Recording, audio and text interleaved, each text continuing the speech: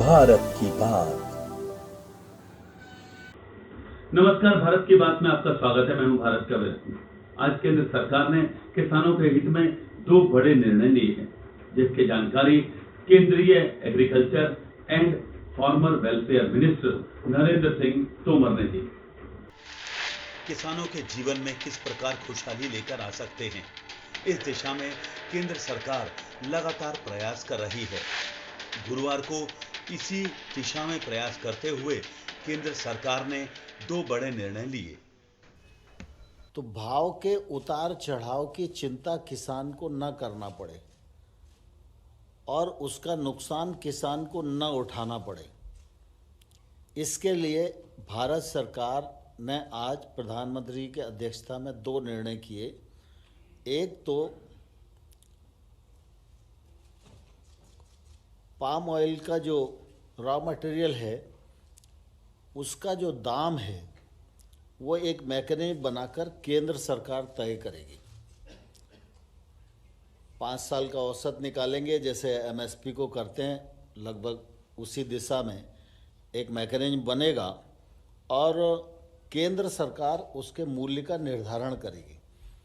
तो किसान के सामने आने वाले कल में फसल आएगी तो मूल्य उसके सामने रहेगा, तो वो खेती करने की ओर प्रवृत्त होगा। और साथ ही ये भी निर्णय किया है कि अगर मार्केट में उतार चढ़ाव आया और किसान की फसल का मूल्य कम हुआ तो जो अंतर की राशि है वो केंद्र सरकार डीबीटी के माध्यम से किसान को भुगतान करेगी। इस संपूर्ण योजना में 11,000 करोड़ रुपए भारत सरकार खर्च करेगी। राज्य सरकार और भारत सरकार की देश भर में 60-40 और पूर्वोत्तर क्षेत्र में 90-10 की हिस्सेदारी के हिसाब से यह काम आगे बढ़ेगा। मुद्दा बड़ा है।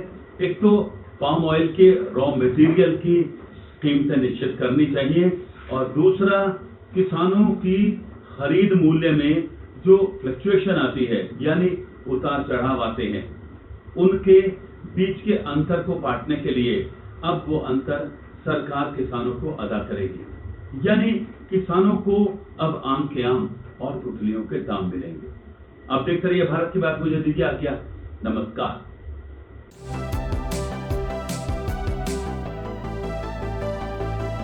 भारत की बात।